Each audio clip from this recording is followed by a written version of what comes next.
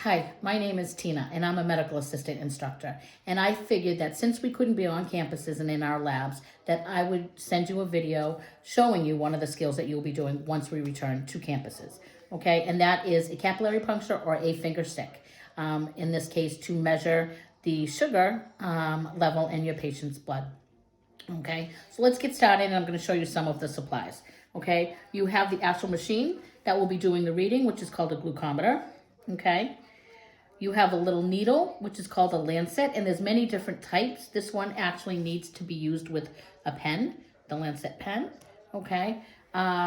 You have the test strips themselves. Again, every kit is a little bit different, and the test strips are different as well. And in the test strip, you will see that there's an area at the bottom here where it's looking for blood samples. That's what you're actually going to put the blood into, okay? And the top portion is the portion that is going to actually go into the machine, okay? You will have your gauze and your alcohol swab, okay? Okay, normally you would ID yourself and your patient. Make sure you have the right patient, name, and date of birth. Depending on what the test order was, whether it was for a random blood sugar or for a fasting blood sugar, you would ask your patient whether they ate that day or not. And in this case, my patient has eaten something. The levels for these are, if you're testing for capillary puncture for blood glucose, for a random blood sugar would be 70 to 130 milligrams per deciliter. And for a fasting blood sugar, it would be 70 to 110 milligrams per deciliter. And those are the numbers that we're looking for when we're doing them in here, higher or lower or right in. When you do the capillary puncture, you're going to be working on either the second or third digit, either the middle finger or the ring finger, okay? And the puncture should happen up to the top on the corner in the lateral or the medial side of the finger, on that little plumper side or medial side, okay? So if the finger seems cold, you can do a little bit of a massaging method that will kind of make that finger and that blood flow come alive a little bit, and which will make the actual flow of blood once you've punctured it a little bit easier, okay?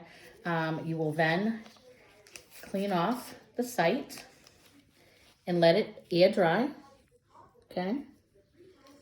And while you're waiting for it to air dry, you can then go ahead and put in your test strip into the actual glucometer. And once you push it in, you'll see that it activated it and turned it on, and it is now showing and asking for a sample of blood, okay? In this case, you would push this down in order to put the lancet on, and you would just kind of twist and turn that safety off. The needle is inside there, okay? You would then get to the area where you cleaned, push the lancet nice and tight to the skin, and puncture. Okay, and then you get your first bubble of blood. That first bubble or sample of blood, you need to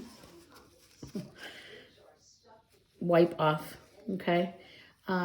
Because it could be diluted still from the alcohol or anything that might have been on the skin, so you want a nice clean sample, okay? Once we have done that, you go down and you bring in your test strip right kind of underneath that bubble of blood so it gets drawn in. And once it gets drawn in, you will see that it will get a reading. And that reading is 100. So since he ate today, and it's 100 milligrams per deciliter. Since he ate today, it was a random, so he falls within those ranges at 100, okay? Then you would put a little bit of pressure on here, okay? And then you would document in the chart what the findings were and any follow-up that might be needed. Okay. All right. Well, that was a capillary or a finger stick for blood glucose testing. Thank you very much. I hope you're staying safe and staying healthy.